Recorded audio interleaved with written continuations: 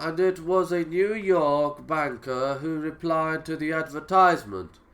A meeting was arranged for 11th June 1954.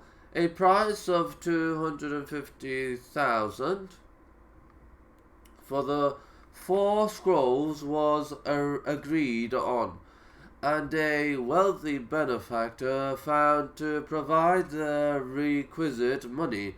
After a number of frustrating delays, the transaction was completed at the Waldorf Astoria on 1st July.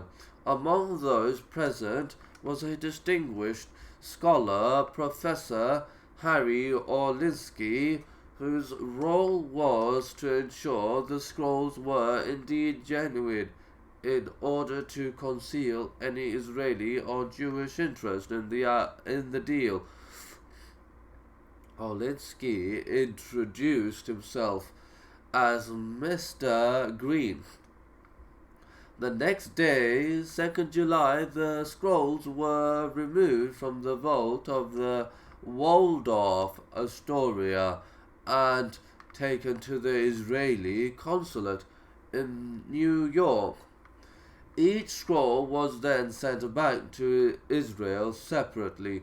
Yadin returned home by ship, and a code was arranged to keep him informed of each scroll's safe arrival.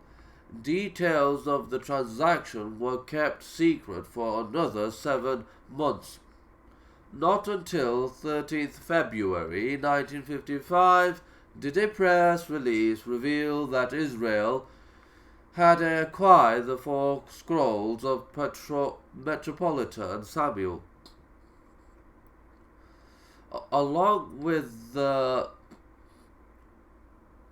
3 scrolls previously purchased by Sukenik, they are now in the Shrine of the Book, which was established specifically to house them. By the end of 1954, then there were 2 entirely separate bodies of scroll material and 2 entirely separate cadres of experts working with them.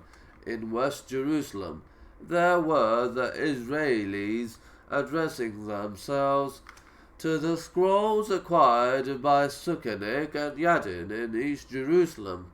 At the Rockefeller, there was a team of international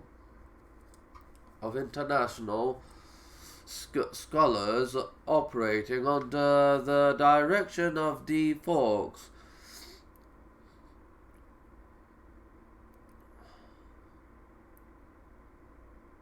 Neither group communicated